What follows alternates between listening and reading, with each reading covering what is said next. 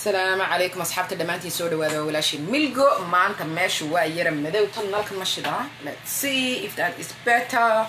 أدبن إن السلام يا دمانتين anyway and أنا قدميه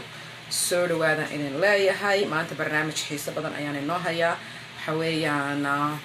ووضع التشجي هوين كصوماليات إيو شعب وينها صوماليات ملبي تشوغان إنت وناكسن قلبي قد في عين هاي شعلنا بدي يسقنانتا فاميليادينا Soomaalida meel walba dunida gacaladeeda ka joogna soo dhawaada idin leeyahay telefoonkaas yar ag dhigaya si charger-ku igu socdo maanta qodobada maanta aan rabnay inaan ka wada hadalno waxyaabo badan baa isbedelay ma sha Allah horta hambalyo idin leeyahay dhamaantiin waan idin hambalyeynaya inta aniga igu xiran iyo inta kale ee asxaabta social media igala mudaharaadaysay from day one kama hadlaayo muxuu ahaa idinadka hadda soo galay ee igu sawir ah waxaan leeyahay عليكم السلام سوري وهذا أصحابته يقول صور هدن كمله حويا وحن كهلا يا دتك كو نلصق بلعبي كهدليد يدل عدة محو هيداني الديل كمحو هيدان ولا شيء إن كاسير تبنشر كهاي سجن الفرح ميد كقارو حلي ولا بيتبنشر كقارو حلي وتبنشر لكن وحوي إن يرد صغيرة محو هيدان وحياة بدن بيس بدلي عد كأنه نميل دير أيو قاري fadhigi baa laga soo kacay xubnihii dawladda baarlamaanka iyo ururada haweenka iska fadhiyeen waxba ka qabanin arrinkani hadday soo hambaabireen soo baraarugeen imikay kaceen inaan eegaynay arkeen inaan la soconay arkeen muxuu ahaydeenay wayna ka soo hadleen waxaan doonay horta kow inaan hambaliyeeyo dhammaan shacbi weynaha ka dhiidhiyay arrinka dilka walaashan xamda maxamed iyo muxuu ahaydeenay inaan kiiraay imika dhintay labaduba ahlu janna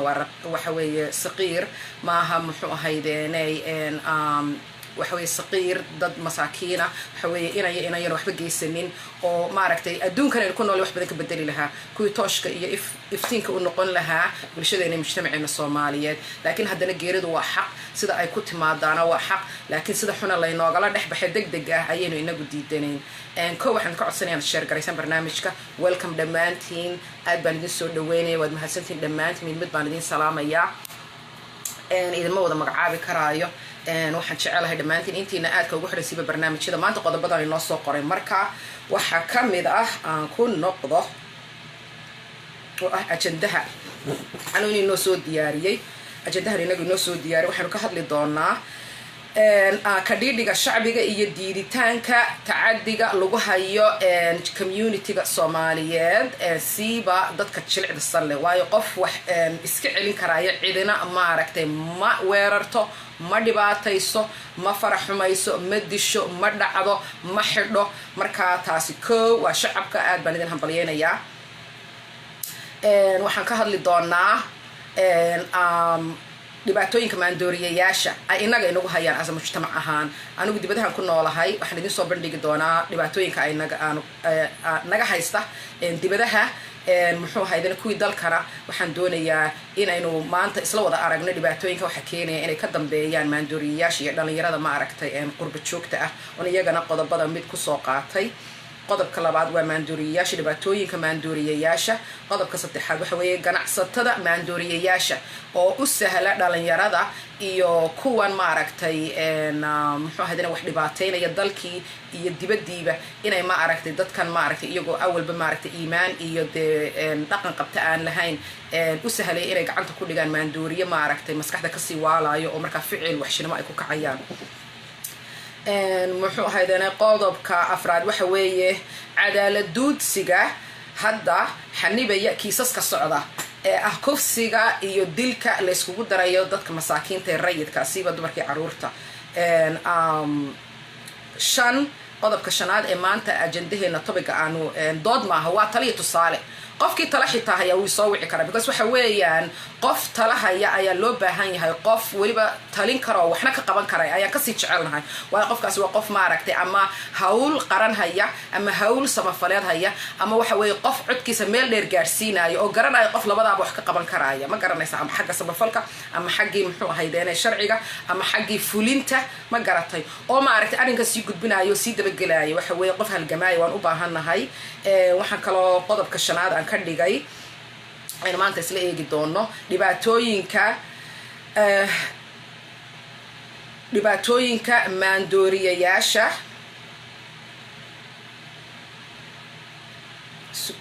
qodobkii maandureesha ka hadlay dhibaatooyinka maandureesha qodobka labaad buu ahaa ganacsatada maandooriyayaasha qodobka saddexaad buu ahaa cadaaladduudsiga iyo xanibaada kiisaska hadda socda aynu ka wada hadli doono taa aynu aragnay kiiskii xamde in maaragtay dib loo dhigay badbedelaad badan lagu sameeyey oo aynu ilaa imika yaabanahay hadda la yidhi 11 qof bay marayaan maasha allah dadka maaragtay ku lugta lahaa eedaysanayaasha iyo dadkii wax ka ogaaya hadda lasoo aruurinayo oo uu ka kac oo tiradii dadku ka tageen 6 inta laga dhiga 4 lagu soo tuuray haddana imika 11 iyo dheeraad bay mareen maasha allah waa guul weeyaan waan qaadanaynaa tashanaad waxa way dhibaatooyinka ay u geystaan dadka qurba joogta dalkii hooyo yes ana idin leh dhibaatooyin badan baynu u geysanaa haddaynu qurba joogta nahay dalkii hooyo markaynu tagno waa in laga wada hadlaa waa in aynu ka hadalnaa maanta inaga laftarkeenu kama faramadnin kama fariidsanin laakiinse xoogay baynu dhaanaa dadkii dalkii joogay way aaminaad fara badan yihiin arrinta idin sheegaya dad badan oo Soomaaliya dalkii ka halkan dalalkan dibadaha ka taga oo dalkii taga oo dhibaateeya baa jira rag iyo dumarba ma aragtay oo taa aynu maanta uga fadhino waxyaabo badan oo socda taana inaan carab ku dhufano ayaan jecelahay waxaan doonayaa sidaan idiin sheegay in maaragtay aan hambaliyeynayo marka koowaad shacbiga Soomaaliyeed meel bay joogaan ee u kacay arrinkan walaasheen Xamda waxa weeyaan Xamda waxa u noqotay nasiib xumo weji ficilka wax shilmay lagu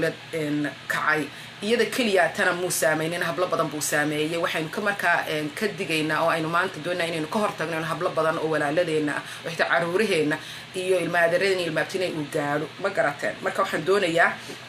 inaan idiin sheego maalintii dhaweytoole in ay dumarka Soomaaliyeed siiba magaalada Muqdisho ay mudaaharaad soo bandhigeen siiba ehladii gabadha ay soo bandhigeen mudaaharaadkii koowaad oo lagu jirdilay oo ma aragtay la cunsuriyay oo qaarkood la xirxiray oo la baylihiyo la bayhuufi iyagoo aan u helin sabab muxuu ahaydeenay qayaxan waxa ma aragtay ragga qaarkood loo sii daayay iyagoo oo doonayay inay ogaadaan sababta loo sii daayay ragga qaarkood sababta ma aragtay muxuu ahaydeenay loo leeyahay ragga qaar baa diyaarada la saaray oo dalka Nairobi loo diray sababta loo leeyahay muxuu ahaydeenay isbitaal Madiina u bedelay dhakhtarkii shahaadada dhimashada Xamdo qoray uu uga bi'iyay kufsiga ee shahaadadii loo bedelay waxyaabo badan bay ka mudaharaadayeen runtii oo damqasho ah oo gabigooda gudan 2 maalmood dhacay markii ugu horeysay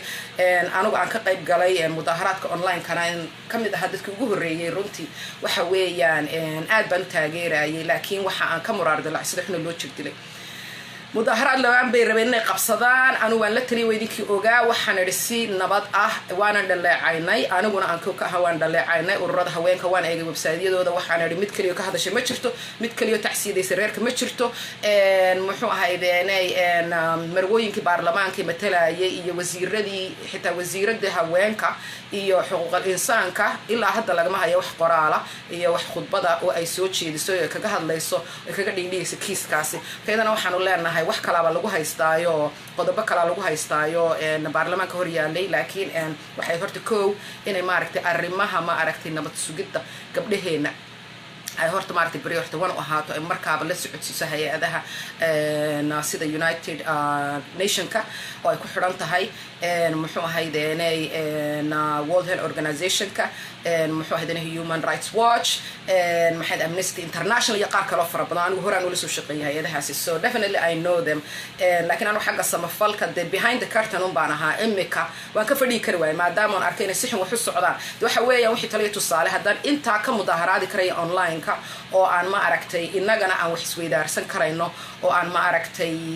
shacabka codkoodan xitaa u soo gudbin karaayo de taliya tusaale waa la isku leeyahay ma garanaysaa to be an activist maaha inaad hay-adun ka soo horjeedaan qof ma tashid dadkaaga haddaad masuuso taasaa ugu wanaagsan you can be the best of an activist marka ururada haweenka waan anigu dhaleeceeyey waan galay website-yadoodii meel walba waan eegay mid kasoo hadlay may jirin laakiin maanta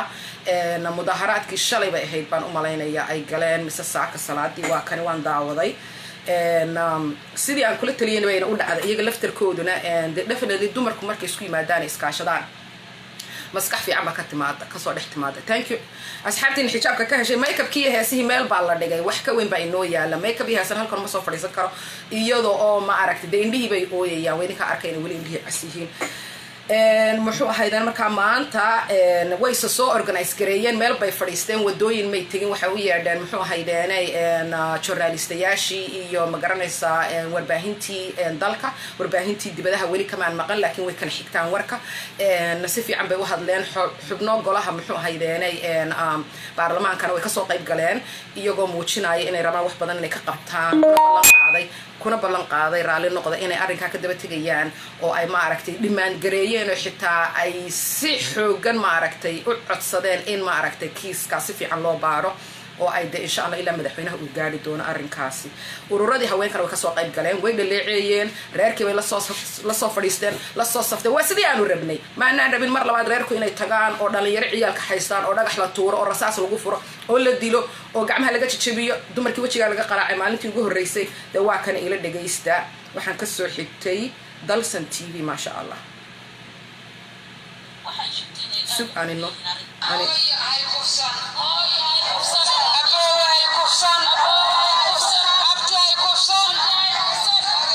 si fiican oo nidaamsan bay usoo fadhiisteen boorarkoodii bay soo qaateen warbaahintii bay soo diyaarsadeen waxay soo kaxaysteen madaxdoodii ma garanaysaa waanan aad baan ugu farxay anigu taasi because waxa weeye markaad fariintaada doonaysa meel dheer inay gaadho haddii buuqu kaa dhex galo waa tii buuqu maraykanna burburiyey maraykan ingiriiska tagay Black Lives Matter kacdoonkii weynaay Black Lives Matter ilaa Australia galee dhul dhan la gubay dukaanadii la baadhay dadkii la laayay la xirxiray ilaa imika dad baa la laayahay marka alxamdulillah si fiican bay yeelan dhagay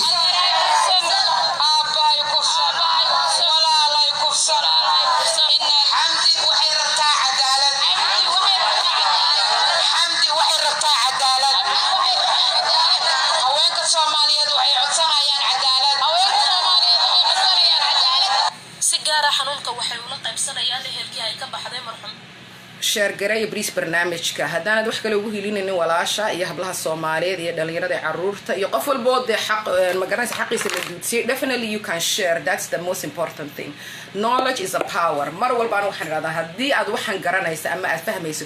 power ككل يدو باهنته وإنتاس ما قرأته qofku ugu dhiidhiya ma jiro su'aal baad weydiinaysaa si degan ayaad wax u qabsanaysaa ma garas waad ka daba tegaysaa waad daba soconaysaa wixii aad xaq u leedahay aad garanaysaa marka sheer garay ila dhageysta Xamdi Maxamed Faarax oo dhawaan magaalada Muqdisho gaar ahaan degmada Waaberi loogu geystay kufsi iyo dil sidoo kalena laga soo tuuray dabaqaad u dheer haweenkan iyo mas'uuliyiintan dawladda ka tirsan baroordiiq ay sameeyeen oo ay ku dalbanayaan in cadaaladda la horkeeno dadkii sida foosh xun u galay marxumed Xamdi kulankan baroodiiqa waxa soo abaabushay Jawaahir Barqab oo gudoomiyaha ururka haweenka gobolka Banaadir ugu horreyn waxa hadashay gudoomiyaha ururka haweenka degmada Waaberi annaga aada uga xunnahay waxna ma qaban karno waxna uma jeedno qofkii wax sameeyay laakiin waxaan leenahay abniga gacantooda inay ku soo qabtaan cadaalad keenaan oo la waafaqiyo wixii ay leedahay sharciga uu leeyahay lagu qaado maamul suldaan oo gudoomiyaha ururka haweenka degmada Karan kuna hadlaysa dhamaan afka gudoomiyaasha ururada haweenada ee degmooyinka kale waxay sheegteen ay aad ugu xun yihiin arrinta halaga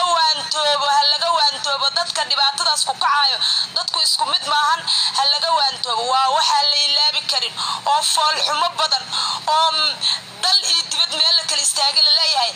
dhibaatada ugu xun oo adduunka ka dhacday tan oo kale lama soo marin manaan arag lulo sidoo kale iyaduna ku hadlaysay magaca haweenka waxay sheegtay in marnaba aan la aqbali doonin in dadkii dhacdadan ka dambeeyay ay markaasi daminanayaan dad mas'uuliyiin oo dawladda ka tirsan social media waxa dhex wareegay dad la leeyahay waa jeneraalo iyo waa xildhibaano oo waxay raadinayaan dadkii la tuursanaa inay sii daayaan waxaanu leenahay kii sii daaya oo u dooda iyo kii falka sameeyay isku mid buu noo yahay war miyuu noo kala duwan yahay war ninka naqufsaday oo dilay taa maxaad ka qabtaan horta intaanan sii wadin taasi point fiican bay ka hadashay gabadhaasi waxay tiri ka sii daaya noogama duwana kama garanaysaa falka geystay waxa weeye haddaad sii dayso qof dambiile ah oo aad damaanad qaado ya damiinku muxuu markii horeba ahaa de beriga hore aniga damaanada aan garanayay ma garanaysaa waxay ahayd qofkaasi haddii baxsado la waayo dee adigaa bedelkiisa ah ma garanaysaa laakiin intaan damiintaan sii dayna diyaarad saaraya qofkii anigina waa iska joogaya waxba laygama qabanayo dee xaq xumo yacni xaq daro zaa'ida weeyaan ha allah inoo sahlo wallaahi maya wallaahi laakiin marwadaa ka horreysay gabadhani ee tiri muxuu ahayd waxba kama qaban karayno ninka dilay ninka rabo inuu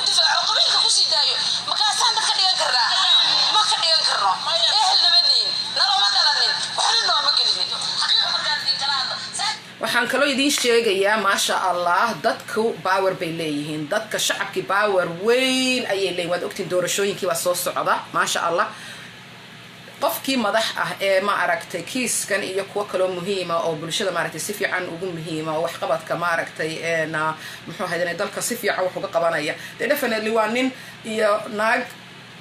ama gabadh isu soo sharaxi karayso oo dadka wax u qabanaya yaa waa inaad sheer garaysaan qof aan sheer garayn ma soo qabanayo so definitely xitaa qofka halkan iga soo waca waan garanaya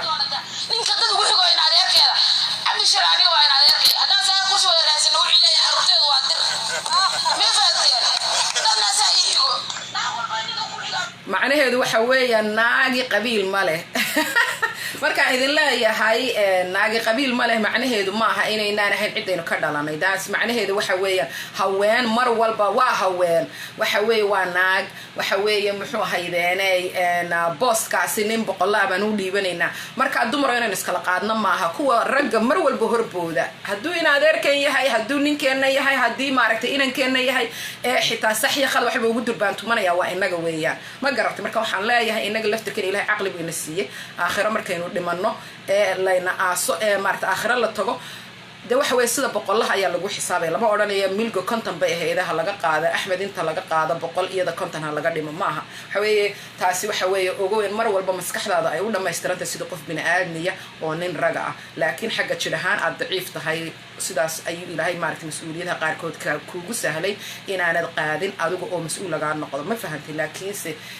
xagga maskixiyan waan fakeri karaynaa waxa weeye waraaqay qori karayaan way ka daba tegi karayaan arrinkaasi laakiin waa inay ogaadaan in mar walba duudsiga xagga maaragtay saami qaybsiga beelaha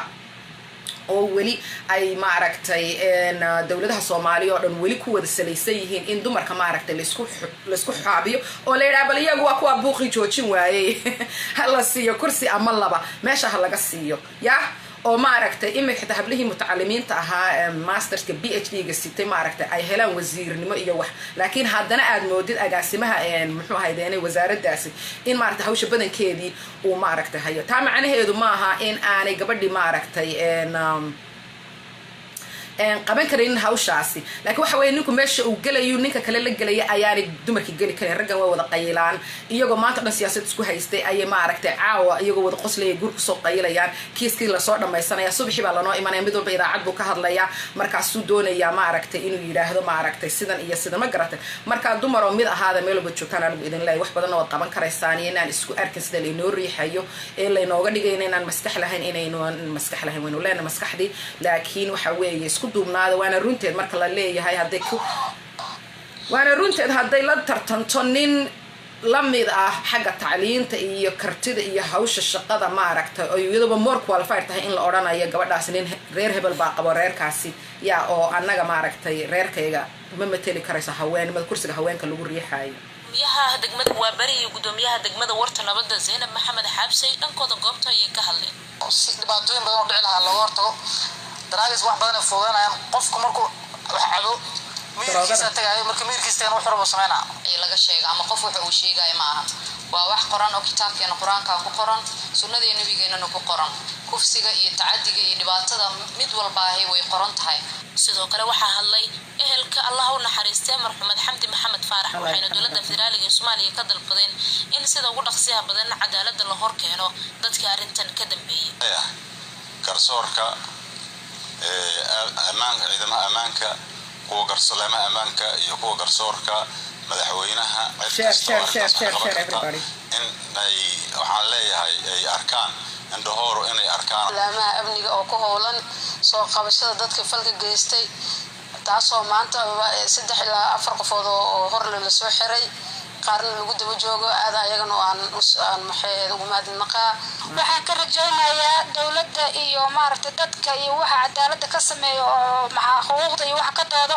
inay gabadhayna xuquuq cadaalad ay hesho maama Jawaahir Baarqab gudoomiyaha ururka haweenka gobolka Banaadir ayaa xustay sida ugu dhaqsiyaha badan cadaaladda lagu fuliyo dadka arrintan ka dambeeyay si ay ugu waana qaataan dadka ayaga ka dambeeya waxaan rajaynaynaa marka anigoo ku kalsoon laamaha amniga afayeenka booliska sidoo noola wadaagaya dhacdooyinka mar walbaba ku dajinaya shacabka noo ogeysiinayo maantadana ugu dambeysay in dad la soo qabanayo dad badan ay u xiran yihiin cadaaladana xamdiina heli doonto waa ku rajaweynaa إن شاء الله بإذن الله الكريم هيا عندك inaan ka wacyigelino qoysaska ay weli u joogaan gabdhaha inaan u sheegno in waraabo dadka cuna iyo horor dilaa ah dad qalabta bannaanka inay weli taagan yihiin inaan dhahno hooyo baro ubadkaaga run weeyaan waayo waxa weeye reeraan la-nahay weli caruurahoodii oo maqan ma garateen oo ilaa imika la raadinayaa ma garateen soo mushkilada waxa weeye xitaa human trafficking baa ka jira dalkeeni meeshay doonta ahaato waxa weeye taa laftarkeeda in loo feejignaado weeyaan xamdi arrinkeedu arrimo badan buu soo kicinaya xuduudaha caruuraha laga saaraayo ilmaha yar bas saaran ee aamusanayn hadlaynina baqdina ka muuqato waxa weeyaan inaan lagu sii daynin xuduudaha waa in la eegaa qofkan inuu ilmahani dhalay inuu caddayn u hayo uu kala baxayo sababta uu meelaha ugala baxayo waxa weeye we have to be careful maaha keliya ta muxuu in daroogo laga feejignaado iyo yarkaadi xabiibti daroogo laga feejignaado keliya ta maaha daroogadii dalkay soo gelaysaa laakiin ilmaha lagala baxay dalkii kaas aan nagaga daran ee dumarku weliba dembiga dumarku ay qaarkood geysanayaan yaa ilmo dalka laga trafficking garaynayo oo laga kaxaysanayo laga xadaayo oo shisho la geynayo ama wixii la doono I don't want to think about it laakiin waxyaabaha xunuunka dhan ay kula kici karayaan oo qalashada ugu xun tahay ma garanaysaa dee naag baa ka saaraysa dalkii nin kama saaraayo nin intuu ilmo soo kaxaysto ka saari maayo dalkii naag baa loo soo samaynaya waxa weeye waxyaabo badan inay maaragtay ciidamada amniga iyo booliisku u dhuundalonaada u feejignaadaan weeyaan oo maaragtay la sameeyo register listo ama telefoon gaara oo maaragtay caruuraha la waayo lagu register gareeyo ilmaha la waaye 2 maalmood baa idaacadda laga hadlaya ayaa ka daba hadlaya إيكادي حبيبتي بليز ثانك يو هديك لما قاعد والله الشيء يا صاحبتي ود أختي أنا لايف كتير كاش محو هيدا أنا ديجا وكحسن والله بلا يقرأ على النقطة ما أنت واحد صور ديجا محو هيدا أنا ما كان كهل الدنيا وأتقرأني قبل اللي جوا يدي عرورنا ما قنت وقصليس هل كان كتير وحبة ما يشيء هذا يوتيوب كير عبي ترفيورز بيرات سنة شاكي لطها هي كفتن وأتقرأني so waxa weeyaan caruurta xuduudaha laga saaray airportada laga saarayo waxa weeyaan naaga ka saara iyo islaamo ruux dumar ka saaraysa kama saarayo ilmihii nin ragi because uu og yahay ilmihii maartay laga shakiyayo ilmahan xageed geynaysa la oranaya taa in loo feejignaado weeyaan marka waa runteedan ku raacsanay maamadan in maaragtay dad qalato soo qalatooyin arrintan ay ku micnaysay midaan wali la arag lana maqal badda yara ee wax baratay ee doonaysa in mustaqbal iyo rajo samayso maanta markaad kufsataa dabaq ka tuurtay aluuma oo 80 jir maxaa kugula joogaya marka kulama joogi karayada waa inaan intan carruur Facebook fariistadaada hayaa ragga Soomaaliyeed bay kufsaday ay waan bay u sameeyeen dharka dhigto qayliyo hadhow waxaas way waalantay maxaa tahay sidaas sida la idin la dhaqmaya marka sidaad rabtaan in la dhaqano hadda waxaan doonayaa ragga qabowda inaan iska furno banaankan tikitigeena kuwan dhalayna waanu inkirayna soo asxaabna ma haysaane waa idin dhalayna garabkiina taagana waa idin qurxinayna nadaafad baa idin sameynayna sariirta baa idin udgoonayna hadda sameynaysan foosh share cabdi shire jaamac ciyaar jecel mudanayaasha golaha shacabka ayuu ka mid yahay dhibka iyo murugada waxa la qaybsanaynaa buu yiri ehelka xamdi arrintan sidaad la socotaan baarlamaanka Soomaaliya shalay aroortii markii waagu bariyay anoo habeenkaas xanilaha iga sareeyo inta badan marka haddaan hees qorin waan hadlaa inta badan haddaan awal hees jiray hadda waan hadlayaa barnaamij leeradan baarlamaanka uu jira habeenkii markaan seexan ban subaxii waagi markuu bariyay baarlamaanka marka tagay maxamed kacay xamdi ay ugu soo noqonaysa abaan tagay xildhibaanada ugu horeeyay sodonkii ayaan bannaan ka saxay maxay yeelay ajandaha hore nagu meesha jirin adigu ilaa 140 xildhibaan oo meesha jooga wadar ogol ay ku ogolaadeen arrinta xamdi laga hadlo xog badan oo markaan lahayn dawlad baa guddoonku isla markii waxay meesha ku go'aamiyeen annagoo aan baarlamaanka ka bixin warqad in la qoro laamaha amniga baarlamaanka shaqadiisa waa la socotaa waa xeer dejin iyo korjoogtaynta dowladda Faaduma Cabduqaadir raadiyo TV-ga dalsan ما شاء الله وإذن كأركايا وحويان برلمانكي وكعي أورورد هوينك ويكعين وزير ردي قار بدن باكعي لكن ولي وزير كي أرمها هوينك إيو حقوق الإنسان كأور لجمع هيو محو هيدين وحوارة maybe inay xagga dambe ka shaqaynaysa laakiin waxay halkan soo fadhiisatay xitaa kamay soo qaybgelin tacsi kamaanaan maqlin insha allah iyada laftirkeeda xitaa pagekeeda xaqiiqatan waan eegay pageka wasaaradda waan eegay muxuu ahaydeene waad ogtiin somaliland xitaa sorry waxbaa maanta doog bay jarayaan oo waa buuqbuuq somaliland xitaa weli dood baa ka jirta iyo ma garanaysaa sixid qodobadii kufsiga iyo waxyaabahaasi ma garanaysaa marka waa inay isku tashtaan weeya dowladaha soomaaliyeed oo dhan definitely midabada kale waxay ku dhaanto laakiin aniga xeerka aan maaragtay mar walba support garaynaya waxa weeye xeerka diinta islaamka because waxay daldaloolo ma helayo waan eegay sharciyadoo dhan waan eegay waxaa la yidhi 10 sano ilaa 25 sano inta u dhaxaysa ay isku qaateen in qofka maaragtay lagu xukumo xarig ah dilkii bay ka saareen icdaamka wixii la oranayay gaaloo dhan baa marka icdaamka iyo dilka nacab laakiin United Nationka ayaa dilka diidan oo ka saaraysa ma ixtiraamo United Nations runtii anigu I support United Nations wax badan bay noo qabatay UNHCR soo maaragtay oo refugee council ka ah waxa berigii la qaxay wax badan bay ka qabatay UNDP xagga tacliinta iyo UNICEF iyo magaranaysa UNESCO dibadejinta iyo waxyaabo badan waxa weeye they do a lot laakiin se xagga dambe ajendayaal badan bay haystaan oo wataan oo xagga maaragtay xeerarka diinta oo kale wax adduunka oo dhan midaynaya ay marwalba raadinayaan laakiin se ma qadariyaan dal kasta diintiisa iyo ma garanaysa dhaqankiisa ma fahantay marka annagan xitaa Mareykan joogna gobolada qaarkood ayaa maaragtay ansixiyeen qofka maaragtay wax kufsada ama maaragtay sharci wax xun ku kaco qof dilo oo kale in maaragtay la dilo oo aanba maxkamadda marka la saare la soo dhameeyo kiiska si fiican inta loo baaro de waynaga magaranaysa si cilmiyeysan wax soo baaraan iyagu cidi tin candhuuf yaro meel farta hadda saa u marisid way ka soo qaadayaan baasamaadka waxa la yiraahdo ama fingerprintka faraha hortooda ma garanaysa so si kasta marka u baaraan gobolada qaarkood ayaa ilaa imika death penalty waxa la yiraahdo fuliya ama faldileedka maaragtay dambiilayaasha marka lagu soo qeexo dila gobolada badankooda Mareykankana way diideen inay dadka dilaanba marka xabsi daa'im double life sentence wax la yiraahdo oo laba cimri oo iska daba dhacaya ayaa qofka lagu xukumay laba cimri miyuu noolaanay ama qofka 78 ka badan maba noolaado marka dilkii bay diidan yihiin that means taxpayer ka qofkii taxka bixinayay jeelasha cunta ku siiyaan lacag bay ku siiyaan hadduu qofkii shaqaysan karo jeelka ku dhex jiro muxuu haydeenay caafimaad bay ku siiyaan qof iska nool laakiin se taxpayerkii qofkii maskiinka ahaa tax bixinayay ma garatay bay de jeedkiisa ka baxsan tahay ma garatay marka xagga jeelashooda waxyaabo badan baa ka khaldan xagga sharciyada iyadana waxyaabo badan baa ka khaldan waxyaabo badan ay ku saxsan yihiin laakiin se United Nationka iyo beesha caalamka kuwa loo yaqaano dalalka maaragtay reer galbeedka ajendayaasha ay wataan waxa kamid ah inay global system sameeyaan wax dalad ay doonayaan in cid walba maaragtay tooda una ay aqbasho marka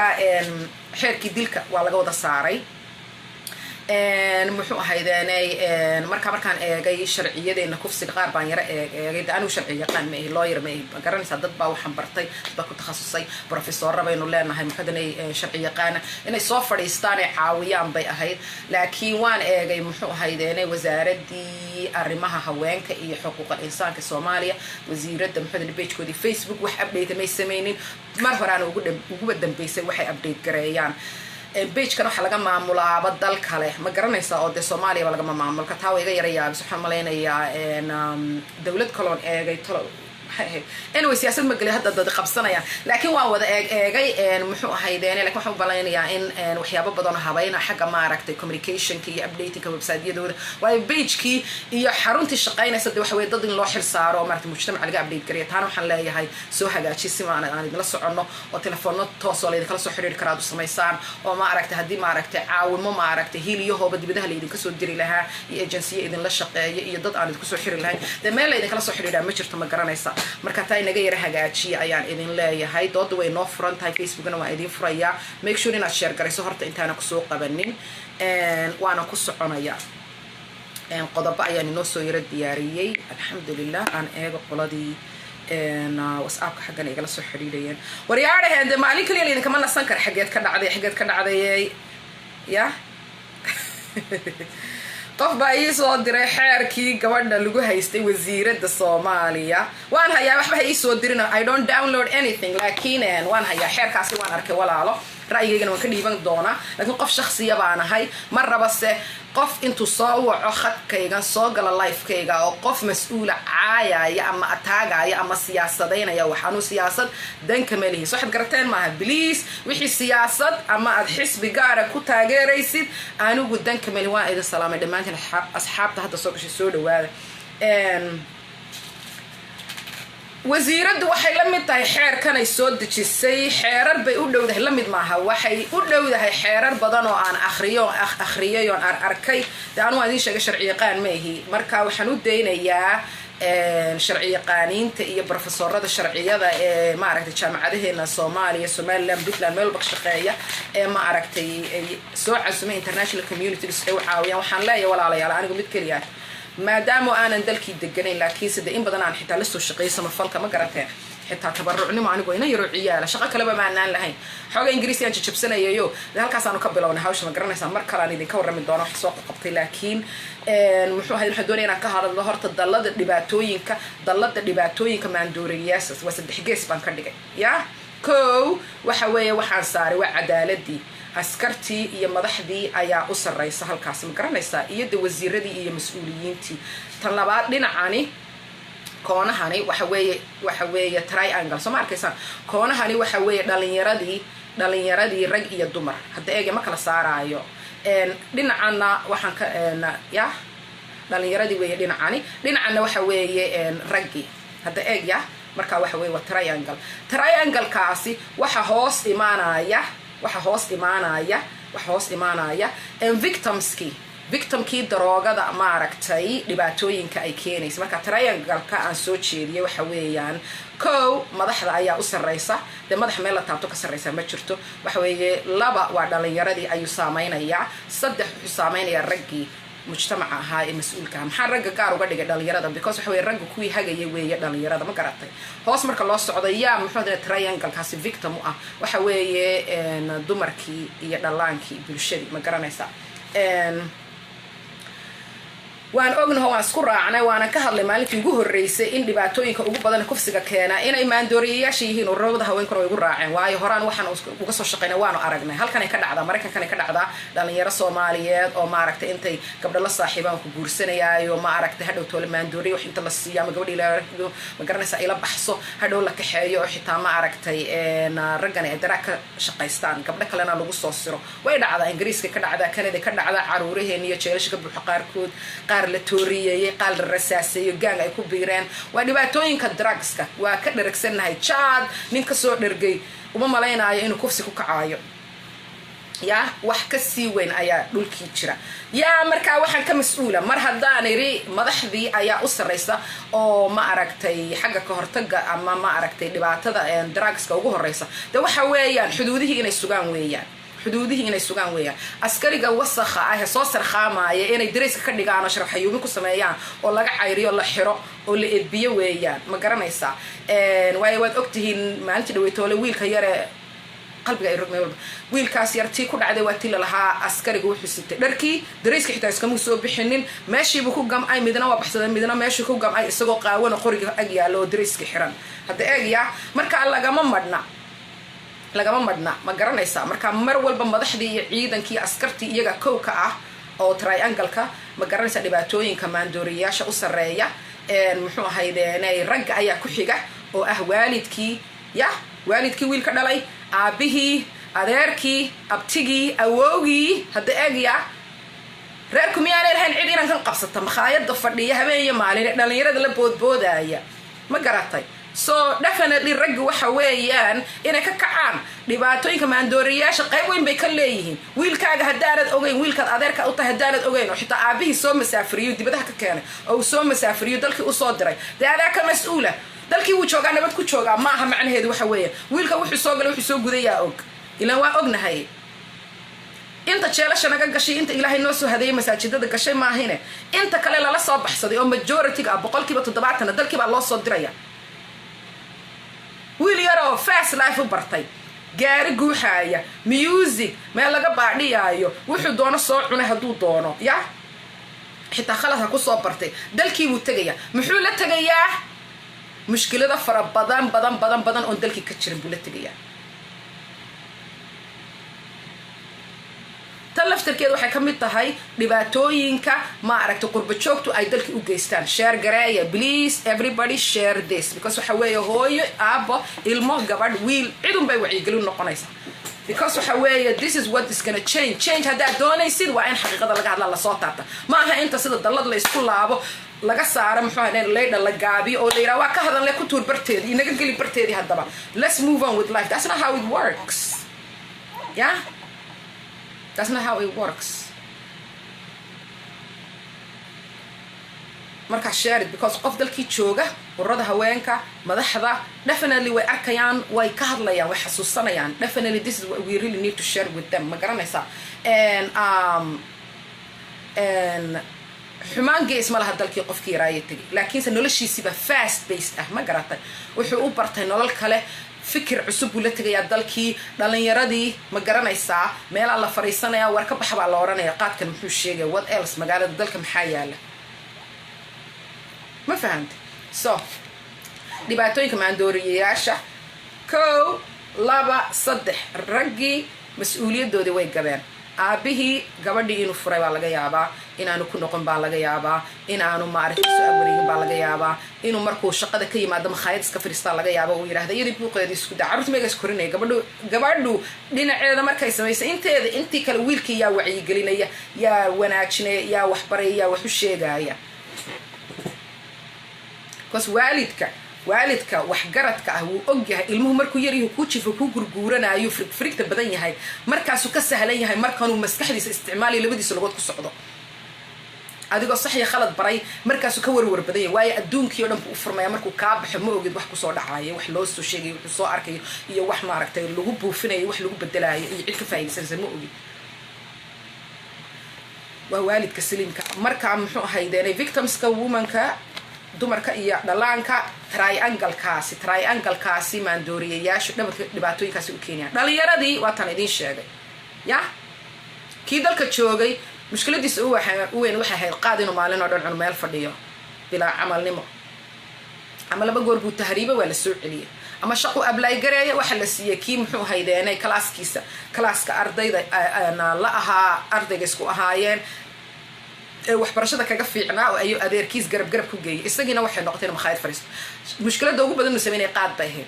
yaa yimi ilma dibadda aynu ka keensanay oo dhibaato inaga soo gaadhay dhaqan celin loo geeyay ma fahantay oo lacag haysta lacag baynu siinaa caruurteena dibadaha aynu ka keennay ma garatay way ka lacag badan yihiin ilmaha dalkii jooga weekendiga wax yar la siin jiray jimcada ma garanaysa meelahaas oo dhalinyarada iskala shaxaadi jiray timihiisa yaruu goostay kabaha u baarashaystay koob shaah makhaayad la fariista mooyaane ya mid la da-ah oo maaragtay $300 jeebka dambe ugu jirto ya oo hodheel karaysan karo oo meesha dooni tagay oo gaari karaysanaya oo hadduu doono madax ku xiran oo maaragtay 3 SUV diyaar u yihiin oo meesha doono ka dhacay dalxiis ma fahantay waxaasa dhibaatada keenaysa gabdhihiina dhaldhalaalkii bay ka helayaan waxan yaro cusub bay ka helayaan inan kan yaro qoslaayay ka helayaan ma garanaysa gaariga yare dhalaalka wata waa la sasabanaya wax la oranaya waan ku jecelahay waan ku rabaa waan ka hadli doonaa arrimahaas marka dhibaatadii maandooriyayaasha waa ka hadalnay askartii iyo ma garanaysa amni ilaaliyayaashii haddii ay qaarkood khalad ku kacayaan waa in qiimeyn lagu sameeyaa qof waliba darayska ma qaadi karo qof kasta mas-uul ma qaadi karaayo kan qoriga haysta tacaddi inuu ku isticmaalaya baa laga yaaba oo kii wanaagsana aanu war u haynin ama ka wanaagsana uu war u hayo oo aanu dan kala hayn wixii saacadaha shaqadiisa shiftigiisa ka dambeeya wuxuu ninkaas noloshiisa ku sameeyay darayskii buu la fadhiyayaa meel qorigii buu weli sitaa hadduu doono waxbuu ku boobaya ku dhacaya qofku dooni ku dila qofku dooni ku kufsanaya taasina waa problem weeyaan marka waxa weeya in laga daba taga ragga noocaas ah oo amniga ma aragtay madaxda u soo jeediso edbinta iyo anshax ilaalinta iyo amni sugidda oo ay ka ilaaliyaan sida cadowga uga ilaaliyaan ninka xun ee iyaga ku dhex jiray weliba qoriga sita ee laga baqanayo darayska sita siiba xaafadaha maatida ee dadka danyarta ee wax mahaysatada in si fiican loo ilaaliyo way habeenkii ee jiingadaha iyo buulasha ku nool way kuwaasaa loo dhacaya kuwaasi dayrar ma laha waaweyn waa la ogyahay waa lasoo ishaafalataysanaya hooyada aan nin u joogin ama ninka ka xanuunsanaysa hooyadani oo kale biliis sheergareeya kuwaasaa loo soo dhacaya waxa weeye kormeerka xaafadahaasi masaakiinta waa in la kormeera oo sida haadka ma aragtay opportunistic lagu noqonin oon dee laga dhuranin oon la dilin oon la dhicin oon la kufsanin ma fahantay aan usoo noqono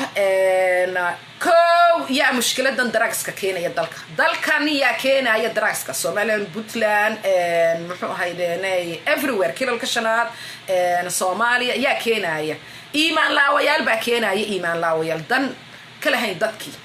lacag diintoodu tahay money ay lacag diintoodu tahay way soo ismagal garaynayaan way soo qarinayaan gaadiid bay isticmaalayaan xuduudahay ka soo wareegayaan hadday doonaan share gareeya please عليكم السلام دمانتي soo dhawaada xuduudahay ka soo wareegayaan muxuu ahaydeenay dad bay lacag siisanayaan dad bay dhiganayaan xuduudaha ma fahantay dumar bay u soo dhiibayaan rag bay u soo dhiibayaan naaga qamri laga furay dhexdooda ma fahantay waana tahadhow toole ma aragtay dhibaatada keenaysa ma garanaysaa soo waxa weeyaan inay ma aragtay ganacsatadaasi hala ilaaliyo meelaha baadhiyadu ka jiraan hala ilaaliyo meelaha dadka ajnabiga ay businessyada ku leeyihiin sida makhaayadaha dadka ajnabiga leeyihiin ee habeenka kusoo jeedaan kuwa aan khamriga ka xaaraansanayn because dabcan hadday cuntadooda cunaan way cabaan halkaasaa loo doonanayaa ama gurigooda ha ku dhex sameeyaan ilan formuladii dalkoodii bay ku samaystaan wixii ay walaaqan jireen nin rabaa inuu sarqaamo meesha doonu keenaya laakiin mushkilad ma laha hadduu isagu dee dembigaa keliyaati ku leeyahay ma garanaysaa oo aanu dee wax ku yeelaynin ilaahay baa ku leh ma fahantay inaguna ma ceebaynayno laakiin mushkiladii waxa weeyaan in aad ma aragtay ganacsi ka daydo oo aad meel la soo fadhiisato oo dadkii lagu dilo ilmihii lagu bahaleeyo hooyadii iyo inantii loo kala yeelayn community-gii oo dhan so definitely xuduudaha la ilaaliyo ha la baadho ha la wado waanan ku mahadinayaa in Puntland lagu qabtay ma garanaysaa mar khamri lagu gubay jaadna way ku gubeen berigii dhawada corona rag badan baa jaadka imika halkani waxa way daroogu xisaabsan yahay dadkii dhibaato badan baa ka haysata waad aragteen inantii maalinta dhawada sida xun ingiriiska iyada usoo dhoofaysanin uu usoo qariy kabaha usoo geliyay ee iyada nafteeda ku kharibi gaadhay walaalayaal ka fiirsada qof dad wax ka soo qaadaysaan please be very careful ayaan idin leeyahay be very careful waxaas waa inuu moorgaraysnaada oo siil ku xidhnaada ma garatay waxaasi waa inuu moorgaraysnaada oo siil ku xidhnaada alaaba marka aanu dirno adaa ka mas'uula magacaaga yaala ID-gaagii baa yaala wax kasta yaala waa lagu weydiinaya waad saxiixaysaa meel baad saxiixaysaa dhayna waa alaabooyin dadkeena u dirnaa lanoo soo dira ma fahantay boosta markaad geynaysid way baarayaan anytime bay bogoska furayaan way eegi karaan way fiirin karaan xaq bay u leeyihiin taasaa inagana laynaga rabaa in ma aragtay wax kasta la furfuro oo aan la odhanin ma jaadkii baad sitaa miisku laabaya maya please be careful because waxa weeyaan waxa mushkilada badan baa imka mujtamaciga ka soo aadismay waxaas ma garanaysa marka xuduudaha la ilaaliyo dal kasta xuduudiisa ha ilaashato aniga taas iga tala aad xuduudaha loo ilaaliyo ilaahomaynu inagana jaarka ahaano labada dawladooda Soomaalida walaalay jaarka waa in xuduudooda ka ilaashadaan oo aan la oran ma gaadhigi dhuxusha sidii jirayba war ka sii maya random checking waa inuu jira qofka recordkiisa waa in la eega haddii khalad lagu qabto waa in la record gareeya tan labaad we have to have systemic way to access information ma garanaysaa informationka haddii ay dawladii wada share garaynayso it will be good ma garanaysaa anyway marka ganacsadayaashaasi keenaya laynaga ilaaliyo siiba dadka ajaanibka waad iska fahmaysaan dadka aan sheegayo aan marba in dadka ajaanibka inala jooga laga daba tago sida dadka jaarkeena xagga Somaliland laakiin waxa weeyaan iyo xagga Kenya oo lada laakiin we gotta be very careful walaalayaal because waxa weeyaan nin lacagtiisi iimaankiisi lacag yahay waxa weeyaan danka malaha dadkaagi mid daciif la soo isticmaalaya ma fahanti mid daciif la soo isticmaalaya marka be careful baan in leeyahay we have to be very careful and tan labaad caruurtayada halkan ka tagaysa ee already problemka ma aragtay haysto ama problem soo geystay dalkii markay tagaan waxay u tagayaan dad masaakiina oo iska aamin badan oo aan khiyaano iyo dhibaato waxba aqoonin oo waxaan kugu yiraahdaa hadii koob yaa la soo hordhigo ma aragtay oo daasad ma garanaysaa koob lagu soo shubay koobka maran lagu soo shubay ma aragtay ka cabaaya way dhaqankeennii baa saasa cunta lagu soo hordhiga waad iska cunaysaa ma fahantay shakigaasi waxaas kuguma jiro laakiin wallahi billahi taala runta idin sheegaya beenna kama sheegay dadka walaalada ee dalkii tagay waxa weeyaan waad yaabaysaa siday dadkan caruuraha dalkan advance u yihiin ma garanaysaa kama caqli badna ciyaalkii dhalinyarada dalka joogtay laakiin waxyaabo badan oo dalka ka jiran oo ay ku siri karayaan baa jira marka taa macnaheedu waxa weeyaan ka feejignaano oo dawladii iyo waalidkii xaggaa joogay fiiro gaara u lahaadaan ay ogaadaan inay waxyaabo badan ilmahan dibadda laga keeno uu kaga duwan yahay ilmaha dalkii jooga ma fahantay yes technology wayna mideeyaa wax kasta waynu la soconnaa laakiin haddana ma aragtay halka caruurta halkani waxa lagu oranaya wax kasta laga waaninaya wax kasta laga socday dawladaha jir hay'adaha la socda ilmaha la socda everything ku sheegaya dabagalka xitaa baaritaanada markay wax sameynayaan advance bayna halkan simple case yar oo simple ah ayaan baaritaankii la sameyn karo tuuga ah oo kale ayaan xitaa fara laga qaadi karin meeshii ma fahantay haddii fara laga qaadana qofka hadduu xitaa farihiisii ma aragtay tuugada imika inta ilbaxeen ay farahan xitaa wax mariyaan markaas marka fara laga qaado xitaa ma aragtay si gaara dadkan usii baaraan aan la deganahay dalkiina qofkii farihii baa lagu waayaya xitaa faylkii ma aragtay inaan farihii ma aragtay database la gelinin baa jira marka wax badan baa laynagaga advance garaysan yahay ma sii gelaya xaggaa dambe baarida iyo anigu ma aqaano laakiin inta yaran tv-ga ka daawaday runtaan idiin sheegaya waan idinla share garaynaya soo dhawaada maanta ayaan iska dhegeysataan baad wadhaftaan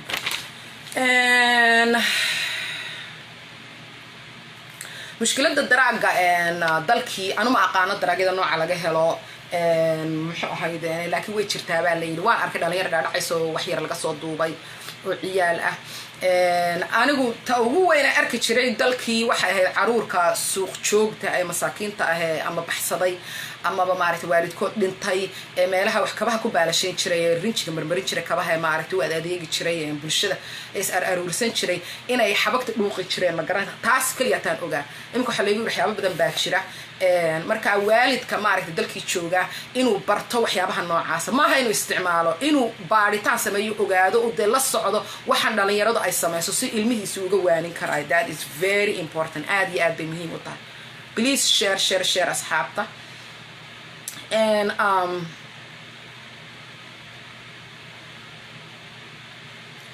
hablaheena dhalinyarada ah waxaan leeyahay maalintii dhaweytole waan la taliyey waana la talinayaa iyo dumarka hooyooyinka marwooyinka waayeelka qof walba oo dani ka geli karayso inuu dibad u baxo waqti madow ama aan ma aragtay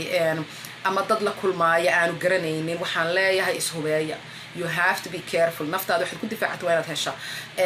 because waxa weeyaan haddii la og yahay gabdhuhu inay ishubeeyaan kufsi lagula kici maayo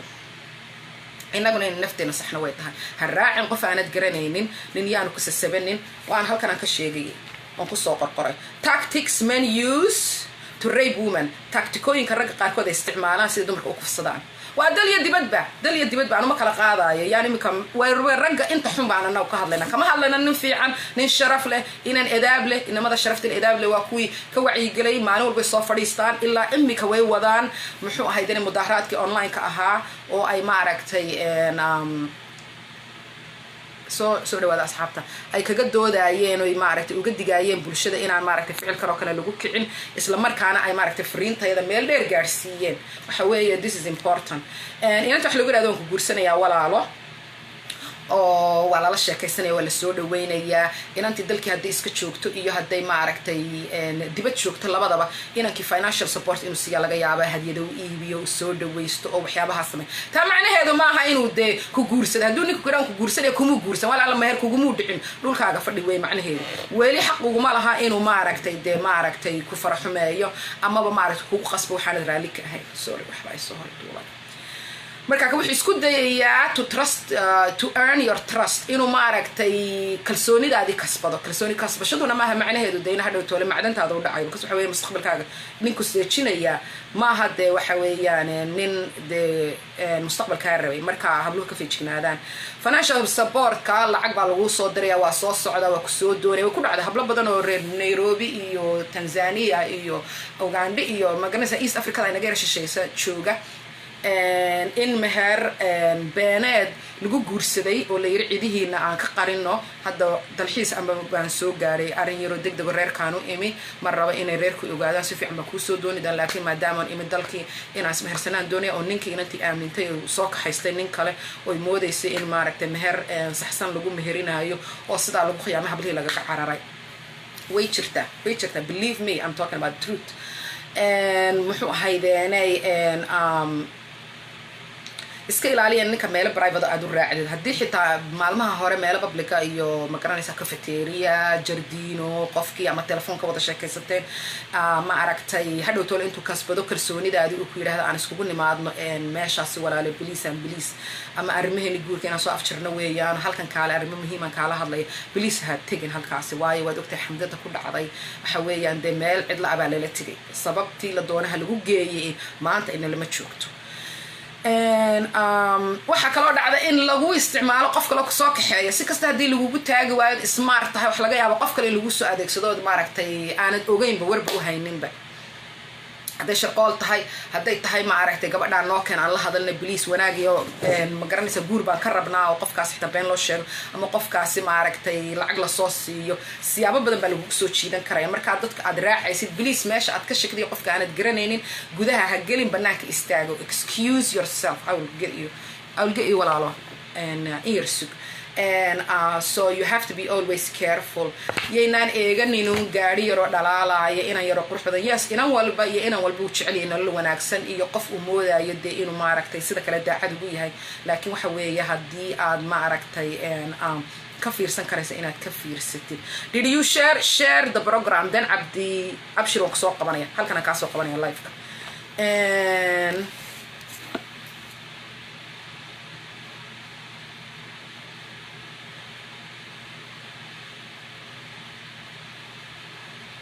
asxaabtii isoo wacwacaysa imika hadhow markaan ka baxo liveka in la soo xiriiri doonaa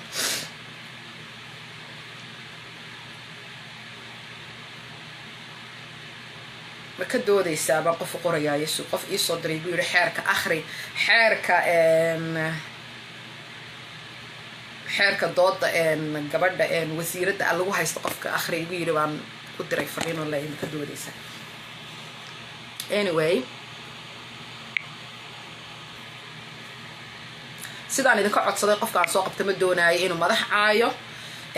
muxuu haydana inuu caayo dhaliil waa ogolahay iyo talbixin waa ogolahay dhaliil waa ogolahay laakiin ma rabo personal attack ma rabo iyo siyaasad toonna ma doonaayo okay so waynu eegi doonaa haddii aan wax kaa fahmi waayana waa kaa jaraya immediately soo la soco abshirow soo wac numberkeena whatsappka ee dusha ku qoran kaasi soo wac kaasi kasoo dood insha allah asxaabta fariimihiinaan akhriyayaa iigu yaro jira aniga ra'yigaygii shaksi ahaan ayaa idiin dhiman wax aan ka qabo wasiiradda muxuu ahaydeenay wasiiradda waxaan ka qabo sharciga ay soo gudbisay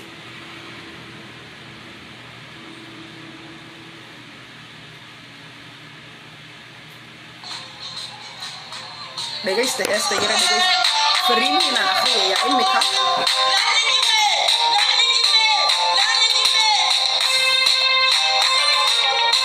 عليكم السلام عليكم السلام ما شاء الله شكيرة حسن thank you حبيبتي keep going and share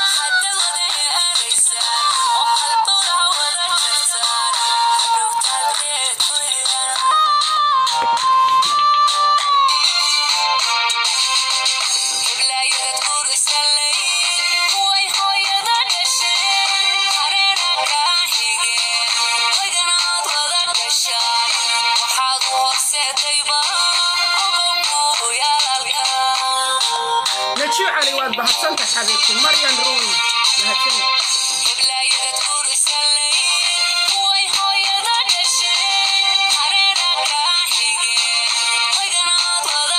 وحاضر وحسيت master mahadsanid higo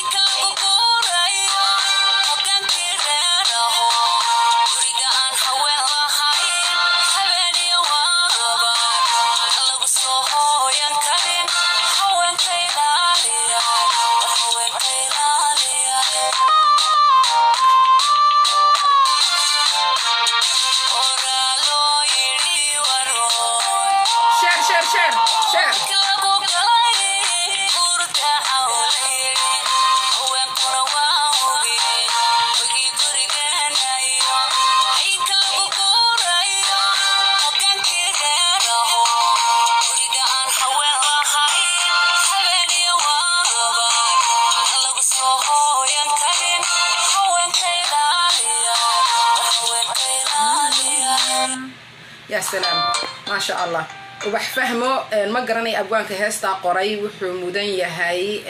إن ما ركت بلد جيس لصير رنتي بكوس حويان عليكم السلام ولا الأيان سودو هستا سي وبحفهمه كهاد ليس والله الدرين أيكو جارسين إيسا فوق كدرسين إيسا شعيلك هوي يعني بكوس حويان إن أنت اللي كفسني وهوي دي مستقبلك إن أنت اللي كفسني وهوي دي مستقبلك ما قرنا إيسا inanka la dilaya lagu sameeyo the same na waxa weeye waa aabihii mustaqbalka ma garatay marka walaalo yaan dhaqan gadis laynagu ridin anigu maxaan ka qabaa marka calaykum assalaam soo dhawaada inamadu maanta kama hadlayaan walaal qof kali waan ka soo qaban kari waayay Facebook sida aad arkaysaan waan try gareeyay runtii namisi inankii lahaa isoo qabo uma malaynaya inaan soo qaban karaayo cidna ka soo waca iga soo waca WhatsApp-ka numberka dushaan idinku soo qoray sorry iga soo waca WhatsApp-ka numberka waan idin soo qoray toosna ha ii soo wicina because idin kama qabanayo maca haddaad tahay qof loo kalo Mareykan ka soo hadlaya iga soo wac qofka jaray wuu fahmaya iga soo waca WhatsApp-ka aad baad u mahadsantihiin let me see qofkii lahaa isoo qabo bal inaan tijaabiyo I don't think inaan cidna ka soo qaban karaya halkani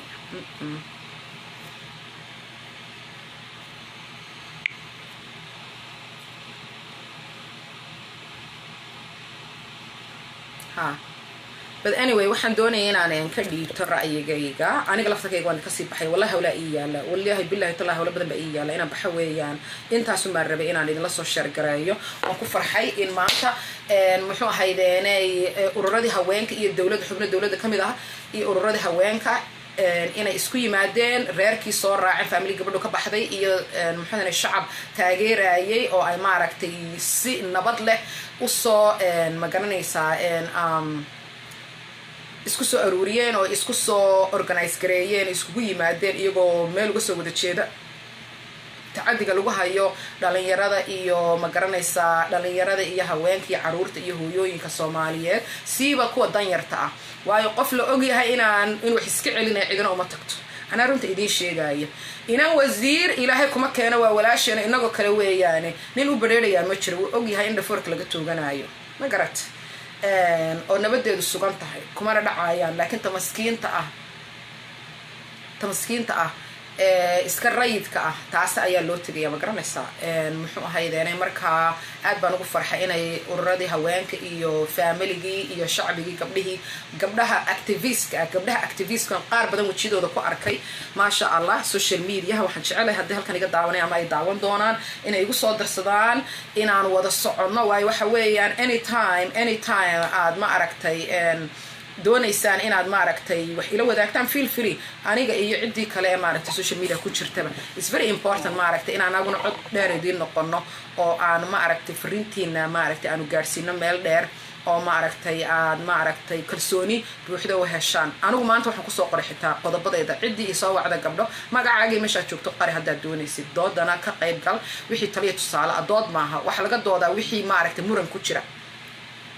topic wuxuu ahaa qodobada aan maanta soo qoray waxa laga doodaa wixii muran ku jiro tan muran kuma jiro in tacadi jiro in dhibaato mukhadaraad dalkii jirto in dhalinyaradii qurba joogta ah dalkii marka ay tageen dhibaatooyin iyo maaragtay waxyaabo kale oo cusub oo dhalinyaradii dalkii ayna aqoonin ay ula tagayaan kamana aha iyagu ula taga laakiin wax xaqiiqada jirta weeyaan eeg hadda dad yeeyeen imka cadhoon oran caruurtayda qurba joogta ayaa maaragtay la eedan it's not ilmaha halkan jooga uu og yahay ma garanaysaa inuu drug jiro in maaragtay aanu dad biyo ka cabin in aanu raacin in qof aanu garanayn aanu la hadlin bad adigu ilmihii Soomaaliya jooga ka dhaadhici kadibada ka yima Allah in adeerka wala oranaya waa in adeerkay buu oranaya that's it jacayl iyo muxuu soo dhaweysho ayaa laynagu keenay ma garanaysaa laynagu soo ababiyay marka waxa weeye ilmihii dalkan joogay ilmihii dibadda laga keenay waa kala dhaqan duwan yihiin taas aan ka wada dushu bay iskaga eegeen way kala dhaqan duwan yihiin ma fahantay marka waalidka dalkii joogay inay ogaadaan dhalinyarada muxuu ahayd sida u dhaqmaan meelaha lagu baadhiyeeyo waxyaabaha dhibaatooyinka ka jira inay waxaas oo la soconaysa ilmahooda uga wacyigelinayaan ayaa anigu leeyahay that's all aan leeyahay مليه هويو المهدي دلكي جيستي هلاقة شقة هلاقة دبعتيه that's not the point يعني هذا الكل الرجل وحويان هويدي المهدي قان عرسو جيستني سدلكي إلا السود ويسفي عنويا ما قرأت يا لكن easily دلين يردو يعني إسكلا فقوق لكن مد ولا وينو ككلا أوجادا إن دبل إسكوبرتو معناه الويا دبل إسكوبرتو المهدي دلك تشوجي المها المادير كيس الله كانوا ما عرفت يسيب نين كوينا ما كان سواء أروكوا فضفضوط مع كهرلي المها سيمبل كأكما هرلي كهرلي دلين يرد فضفضوط كور ربشلها كان جيسين شري ما عرفتي وحسمين شري ما عرفتي لقى مسافرين الكل كم مسافرين دلكي حتى دلك عين كسون ممكن كواسان لا يعني أوبد كينا كإلى عشرة because وحوي يعني بعتوين بدن بيسوي كريان مجتمعي مقرنة دلك تشوفي أو إسكا داعدا أو ما عرفت إسكا سودوين بدن وإسكا عزومات بدن مقرنة يا هو يضو بهنا المهد دقن عريس جيستنا يعني لقد بتجين المهد اللي قصوا حدين أبها المهد دقن عريس جيستنا يا أو دقن كان يفضردنا نح كل إحنا لنا هاي كحيسنا يعني لقد بتجين قارب لا يا هنا قد بتجين ولا لا يريرك يقرن وهل كان سوق سلسة إيه ده صح يسا إلا عمك لا يا ما فهمتي يا ترى نحن وين استقبلنا ترى ونكسب وين سود ويسنا دمر هدين ونهاي ما قرنا يسا يينان أورنين وين عادرتي والله بالله طلع وحن قرنا يا حبل قاري وحسكويهين ما عرفتي المجتمع الصور دقي ودونا يينا ما عرفتي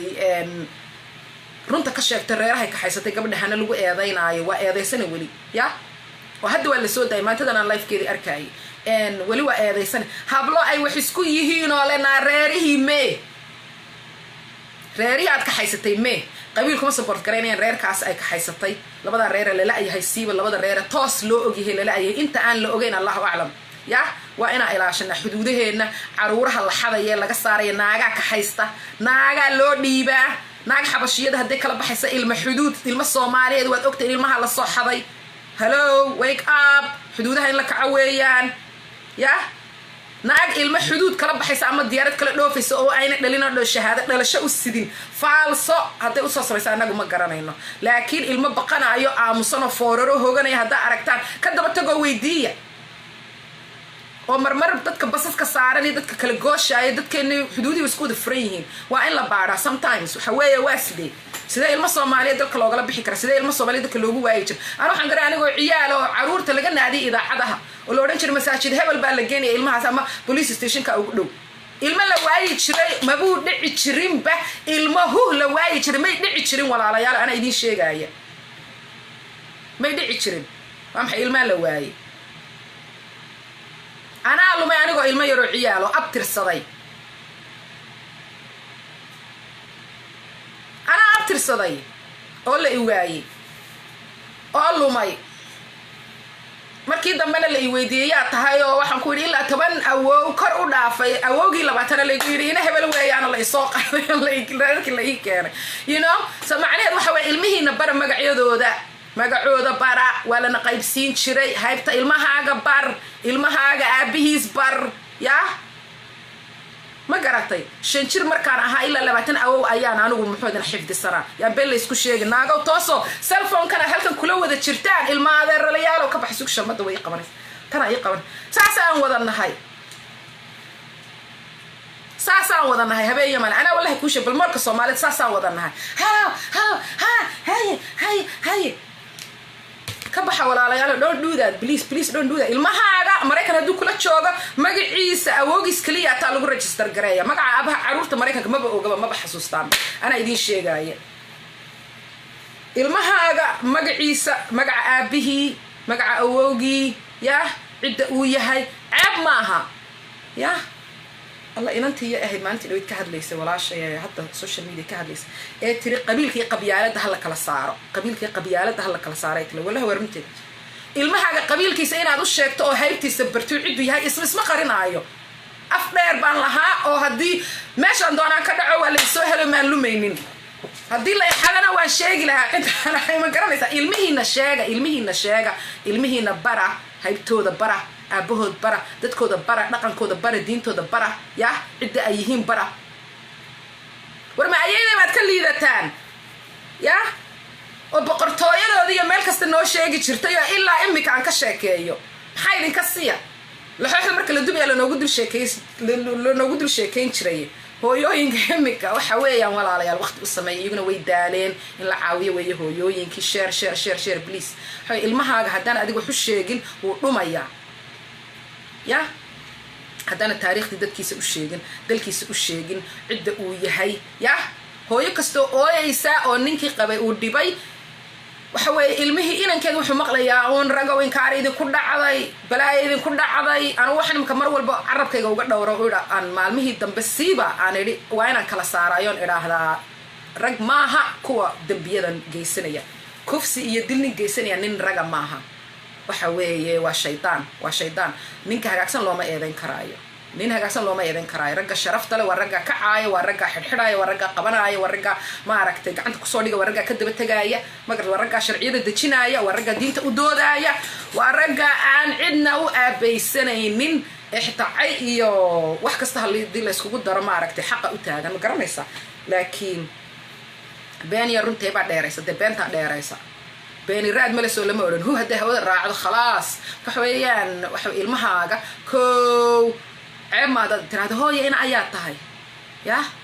aabbaha waayo adeerka waayo ma fahante ceeb maaha yaan laga xishoonin wallaahi bilaahi anaa luma inaa idiin sheegaya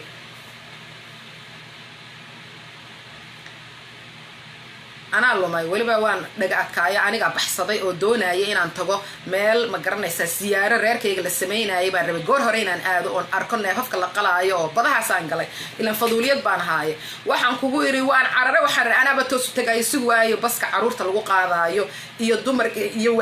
waayeelka waad garanaysaa meeshii ya markii aan lumay fahmayna caqli miran baan ahaayo oday baan u tegey ya markaasaan ku yidhi adeer waa lunsana xaggeed u socotay markaasaan ku yidhi siyaaradii hebel baan adeer u socday markaasuu igu yidhi adeer ina ayaa tahay markaasaan ku yidhi ina hebel baan ahay hooyadaana heblaayo alla waa dadkii aanu garan markiibuu isoo qaaday igu yidhi soo bax ma daashay maanta dhan baad socotay haa soo bax siduu ii soo wada reerka ii keenay ma garanaysa igu yidhi soo markiis wakaa reerkii ya wataa siyaaradii aad u socotay kawdhe marka haddaan la i garanaynin xitaa intuu isoo qaado police stationka ugu horreeya ii geyn lahaa ya ama reerka ugu horreeya ii geyn lahaa wareegantaasi hala raadiyo wax kufsay waxadi jiray ma jiraan waxa weeyaan ma soo qaban karo cidna raalli ahaada facebooka soo qabsada muxuu ahaydana whatsappka soo waca inankaasi ku soo gelaya hadduu usoo galo ma rabo in la caayo qof madaxa in la ceebeeyo toos loo abaaro oo la siyaasadeeyo arrinkani haddaad taliya tusaale haysid ama aad warbixin ka haysid qodobada aan soo qoray waad kasoo qaybgeli kartaa barnaamijka ama wixii wacyigelina taliya tusaale sidaan u ardaayay anigaa lumay waa la isoo qaaday reerkii baa la ii keenay markii dambena waa la ii karbaashay waxa la ii karbaashay waxa weeye amarkii baan jebiyey khatar weyn baa nafteeda usoo jiiday ya khatar weyn ayaa nafteeda usoo jiiday ma garatay so waxa weeye taa macnaheedu wuxuu sheeko waxaan idinku sheekeynayaa idinkaga sheekeynaya calaykum assalaam ala soo dhow sheeko waxaan idinku sheegayaa ilmahaaga inaad haygtiisa u sheegtid ceeb maaha taariikhdiisa inaad u sheegtid ceeb maaha in lagu yidhaahdo waa qabiilaystanimo lagu yidhaahdo ceeb maaha ilmahaaga waxa weeye inaad waxaan idinka dhignay waa ilaahay yidhi ya shucuub iyo qabaa'il litatacaarafu ma garanaysaa iskugu barataan macnaheedu waxa weeye haddaad lunta waa lagu soo helaya ma fahantay laakiin ma aha dil oo boob walaalkaa oo dhac ma garatay oo kufso oo yas oo ma garanaysaa hankiisa ka qaado oo ma garanaysaa xaqiisa ka qaado oo all of that is not for that ya marka waan eego inaan ayaan qalbi soo qaban karo waa idiin sheegay waxbaa ka sii hawada waa iska duhur anyway inaan ka baxaan doonaya yaa soo gelaya whatsappka iga soo waca ciddii hablihii meeye hablihii waxay la aamuseen nimanku yes way aamuseen way xishoonayaan qaarna halkan ay tax iga soo dirdirayaan qofkii ii soo diray xeerka igu lahaa ka hadal xeerka dembiyada jinsiga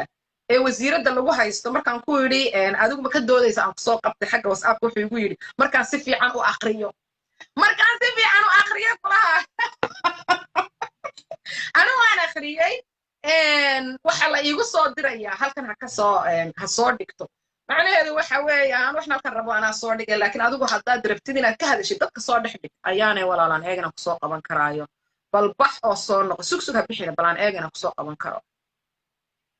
wuxuu isku dayay inuu dadka soo qabtay laakiin ma soo qaban karaayo war heedhaha indhahaygan foosha xun le ooyaayay aan idinkala tago baryaha dhane indhahaygo sidaas weligii maydaan arag waa iska caayo walaal waa laga baxaya nolosha meelay ayaan qalbiyay waa decline garaysay walaaliga daa cayaarta soo qabaday waxaan adin leedahay waxaad moosa meesha inaan waqti lumis usoo fariistay anigu you think I don't have time intaasoo customer ba sugayo hawl iga sugayo shaqo iga sugayeen hadday gacantu kaaga dhacday waad saamaxanta haddii kale cayaarta naga daa anyway wixii ra'yigiinu iyo halkan aad ku reebi karaysaan dadka i daawan doona waan salaamayaa walaaladay sheergarayaan idin leeyahay muxuu haydeeney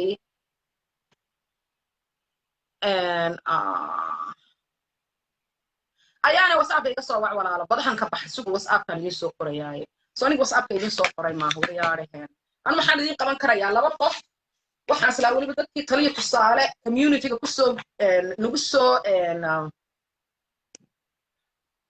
nagu soo kordhinayay baan islahaa way soo qabsanayaan laakiin haddii aad aydan soo qabsan karaynin numberkan aan idiin soo qorayaa waa kan whatsappka iga soo waca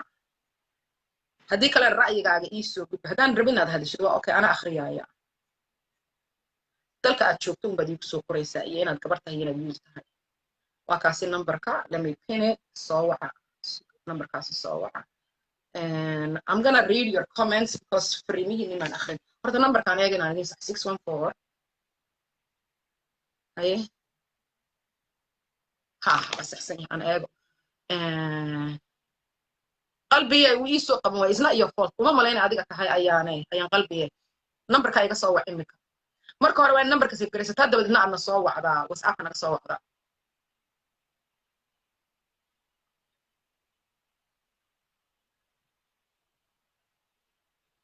ها muxuu hadan xeerkii meeday wasiiradda aaway telefoonkii kale xeerka wasiiradda la isku haysto horta heedhe sharciyo badan bay wasiiraddu soo gudbisay anigu ma garanaayo because waxa weeye waxaanad garanaynin been lagama sheego hadda eegayaa been lagama sheego sharci yaqaan haddaanad ahayn shuruucda waxa weeyaan marley aniga inta aragtidayda ay ila tahay waxa weeye usually siday badanka u dhacdo waxa weeyaan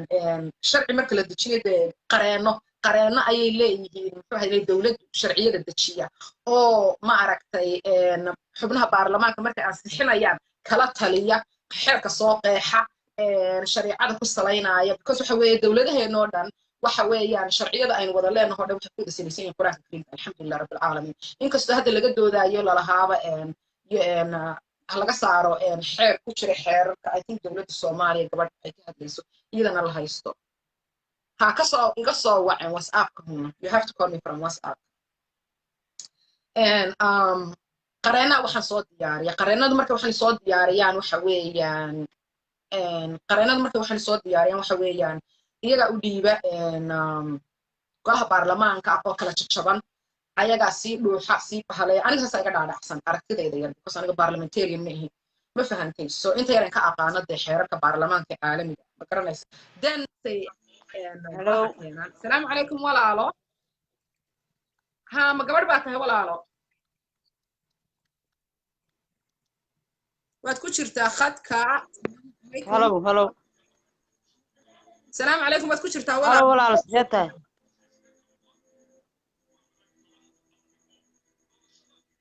hello waan ku maqlaynaa mana maqasho aduu hello may maqashid haddaad maqlaysaan usoo may maqashid miya waan ku maqalnaa walaalo ha habar yar mii maqashaa ku soco ha si fiican okay waxaa ka hadlaysaa umaleeyaa sharciga oo muxuu ahayte oo looga hadlay walaalo waxyaabo badan baan ka hadlayay maanta dhan waad i dhegaysanayseen allah idin sharfe qodobkaad ka hadlaysaa adiga ma baarlamaanka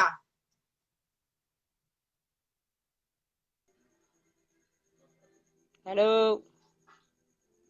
soo noqo khadka kaa xune soo noqo waa ku maqalnaaya adaanna maqlahayn gabadh tahay waa ka qabato whatsapp iska soo waxa isdaalinin asxaabay marka aan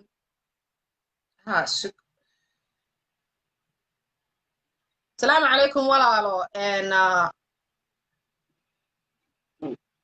waan fiicanay xabiibtii waxaan ku jiraa life ma kugu sii daayaa ma ka qayb galaysaa ra'yigaaga ma dhiibanayso waaye xabiibtii haye xabiibtii soo dhawow toos baad ugu jirtaa asxaabta salaan haddaad doonaysid magacaaga iyo meeshaad joogtana waad qarin kartaa ra'yigaaga ka dhiibo okay maanta marka hore aad baan kuu salaamayaa adiga iyo bulshada Soomaaliyeed daawanaysa dhammaantood waxa la salaamu calaykum waraxmatullaahi wabarakaatu wa calaykum asalaam xabti soo dhawow qodobkee baad rabtay inaad taliya tusaale ku darsato iyo haddaad wax ka og tahay waan idin soo dhaweynaynaa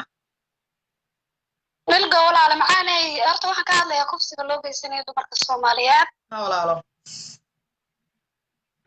maxaa la yiraahdaa horta wax waliba waa qadar gabadha Soomaaliyeed xamar lagu dilay ee dabaqa laga soo tuurayna waynu u ducaynaa inuu Ilaahay u naxariisto cidii dishay inkastoo la lahaa waxba la soo qabtay laakiin Ilaahayna soo birbiriyo Allah yarxamah dumarkana iyo gabdhahana waa gelinayaa sax gabdhaha waxa weeyaan rag waa waynu dhalnay oo way ina dhaleen oo waynu u dhaxnay oo walaaladeen haddana in xun baa ku jirta kulligaan ba marka gabadhu markay soo waa inay meel munaasaba ku shukaansataa oonay ugu tagin qolalka hurdada iyo meelaha loogu talagalay dadka magaranaysaayay ama isqaba ay galaan ama dadka iska raallida ah iskubiyo ku ma fahamte wax kasta qofkan aad u raacayso qol hurda ama meel yacni dhibaatooyin ku geysan karo waa la iska garan karaa marka gabdhaha waxaa la meel munaasaba nimanka ku shukaansada oo ammaankiinu ku jiro ninkan haddaan walaalkaan ahayn ninku qaban ahayn nin meel loo raacaya ahayn had meel sugan waa inay naftaada aad dhigtaa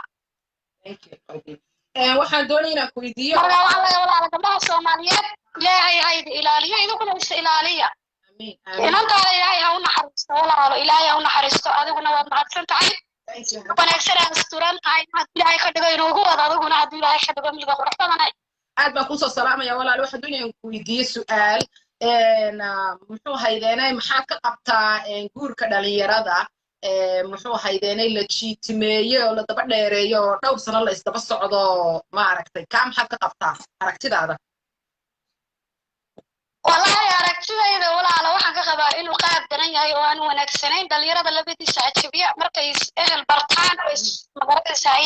ninku hadda hadduu awoodayaba aslan gabadhu waa inay marka horeba nin awoodaya inuu guursan karo oo magaranaysaayay soo dooni karo oo dadkeedii soo weydiisan karo oo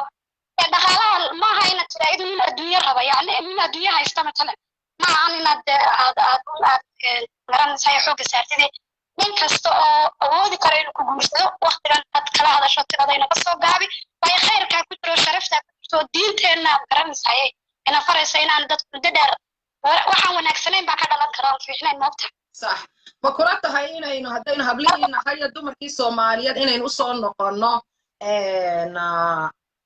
odhahdii gabdhuhu wiilasha weydiin jireen oo in badan la yasay oo ma aragtay hablo badan imka ka caagan inay weydiiyaan ma guur baad rabtaa mise gaabsataa ma inaynu soo celino miyaanay kula ahayn hadda oo lagu kala shaandheeyo qofka fiican wanaagga rabiya ka xumaanta iyo saqajaanimada u socda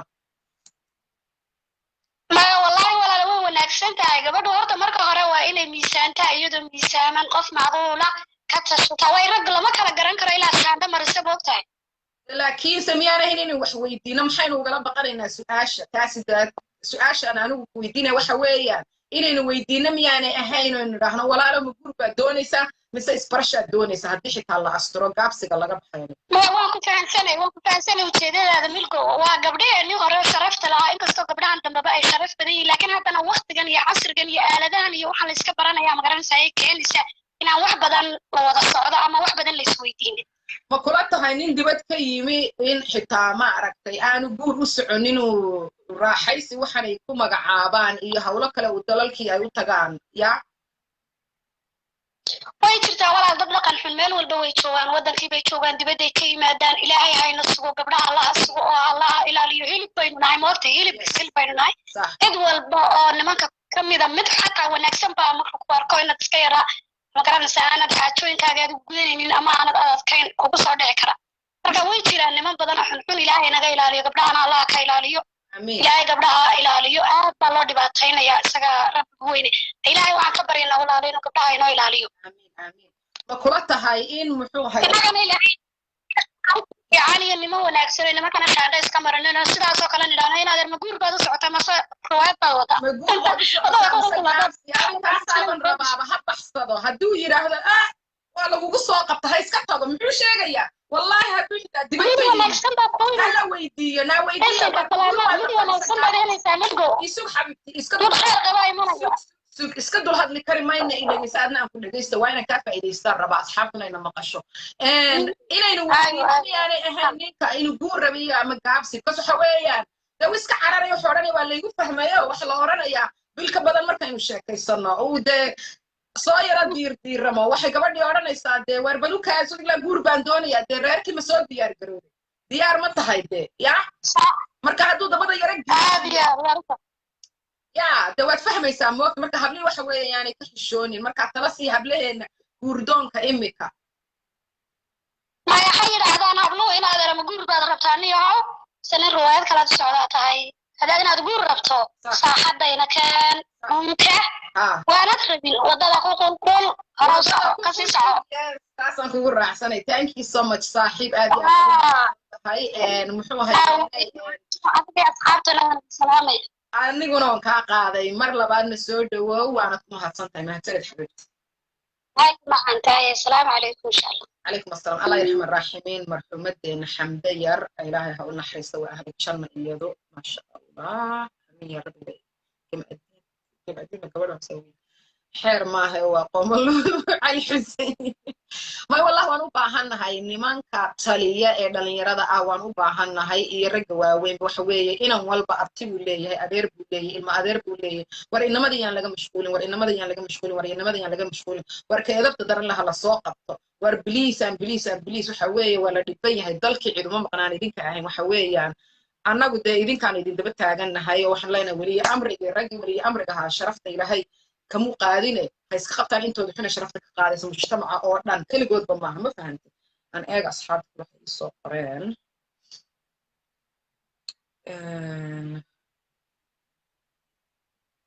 mahadsanid xabiibti fariintaada waan arkay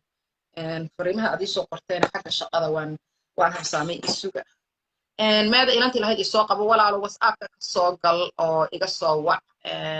taasaan ka jecelahay because maanta xaggan igama soo qaban karayo anyway waan ka baxayaa waxaan doonayaa inaan kusoo gabagabeeyo oo ah talo aad iyo aad muhiim u ah laakiin waan share garaysaan because this is very very very very important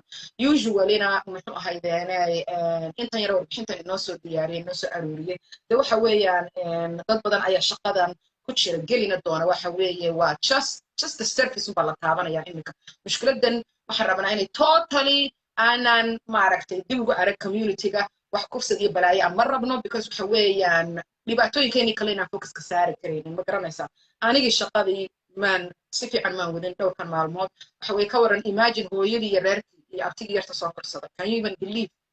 cuntaa tiriye hurdaa tiriye nolol raacdaan baa tiriye noloshooda dhan waa la gediyey sanadaha soo socdana sidaasay dareemayaan qof walbo dhibaato noocaas kusoo dhan dareemi karaya ma garanaysaa qof for example haddii aad tahay qof Soomaaliya oo dagaaladii sokeeyo qof kaaga dhintay ehelkaaga maalin walba miyaana dareemin every day miyaana dareemin maalinta aabaha la dabaaldegay maalinta walaalka la dabaaldegay maalinta hooyada la dabaaldegay maalinta haweenka la dabaaldegaayo ma garatay ya dumarka xitaa caruurahooda la laayay they feel it markay arkaan ilmo qof kale ku faraxsan yahay uu soo dhigo Facebook meel kale soo dhigo ama u graduate gareynaya maasha Allah horta hanbaliya dhalinyarada dhammaan graduate gareysay anigu iyaga waxaan ka filayayba inay maanta mudaharaadka si fiican oo weyn uga soo qayb galaan waayo xamdiga ka mid ahay ubaxa soo kacayay bay ahayd imikana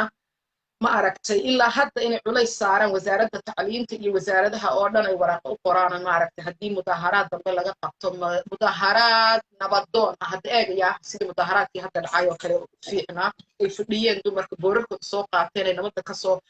kasoo qayb gashay madaxdii nabadda ahaa taas kale aan idinla rabaa ma doonaayo mid laydin jirdilaayo walaal ilmahaaga gacanta lagaa jebiyo ma cuntay siisan karaysa ma garatay